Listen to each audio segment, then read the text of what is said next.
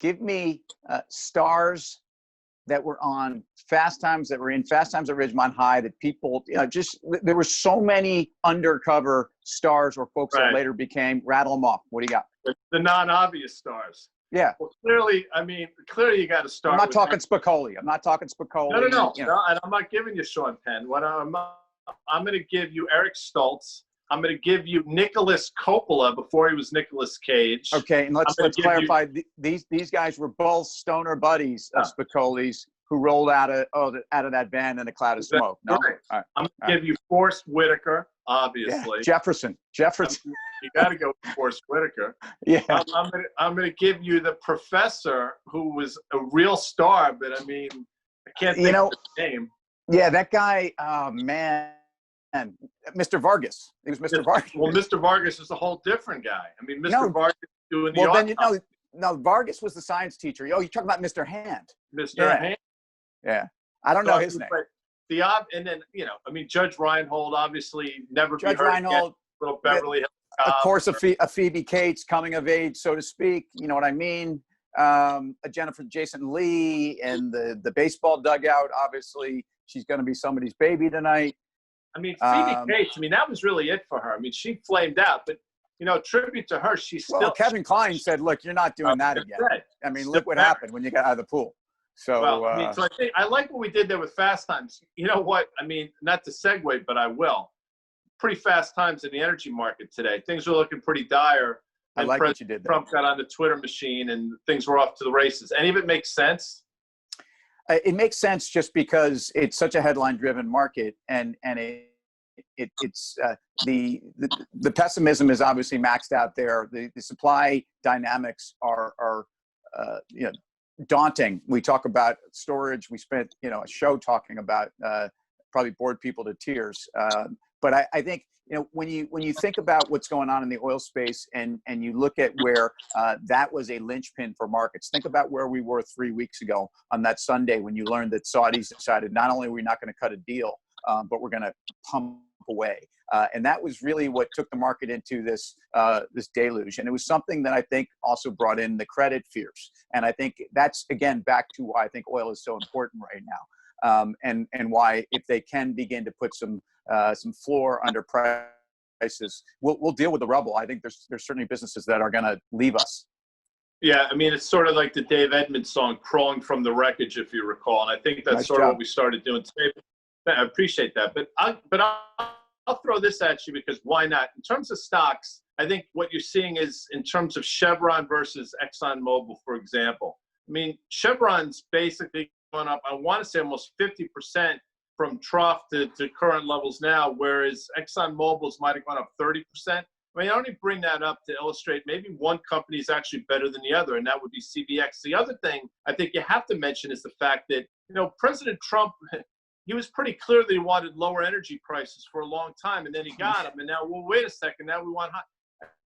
I mean, at a certain point, you can't continue to play that game. There's got to be something on the other side. And these things, these conversations aren't free. Let's just put it that way. I'm not privy to them, but as well as I do, nothing's for free in this world. No, but we've reset all expectations for oil. And as someone that was investing in oil back in 2001 and the beginning of where we, began to rebuild that commodity super cycle, oil got down to $10 a barrel by early 2000 and 2001. I was out in Russia in 99 when the whole thing began falling apart. So I do think you've gotten to a place where companies like Chevron are run so differently today than they were 5 years ago. Chevron is a company that generates free cash flow. They don't love oil prices here. They'd probably love to see them very stable around $60 a barrel, which may be a wish list. But in the short run, this is a company that I think is a high quality company, is paying a decent dividend. It's not the reason to own it.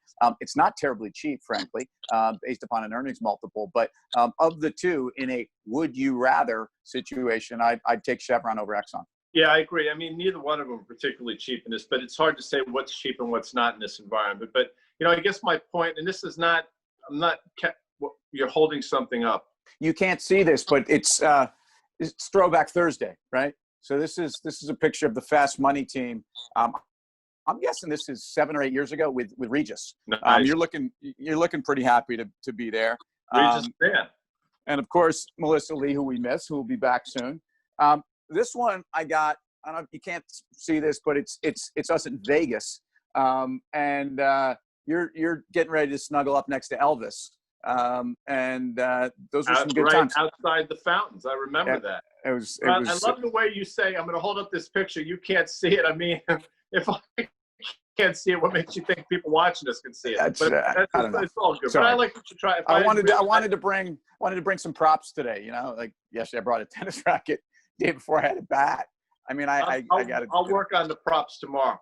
I mean, in terms of the broader market, at least we got a little bit of a bounce today. I do think the energy news helped. You know, I'm not saying that was some panacea, but it seemed to sort of take us off the mat, and we'll see what happens tomorrow. I mean, we're grinding through these weeks, and the real good thing in my estimation, if there's anything good, it's the fact that the VIX continues to sort of bleed away this week. Now it's sort of trading either side of 50. Yeah, we closed at the bottom of a 5 handle. We could be into the 40s. I know that's nothing to do cartwheels over, but I agree. I think, and I do think we can test higher on the VIX, and I do think we will. What I'm looking for is I'm looking for earnings. I'm expecting, and again, we'll begin this process in about a week and a half. We're going to start to get the banks. They're not going to be able to give you the kind of insight into the next 2 to 3 months of their business, but they can at least sketch where those core businesses are now. They're going to give some guidance. It's not going to be good.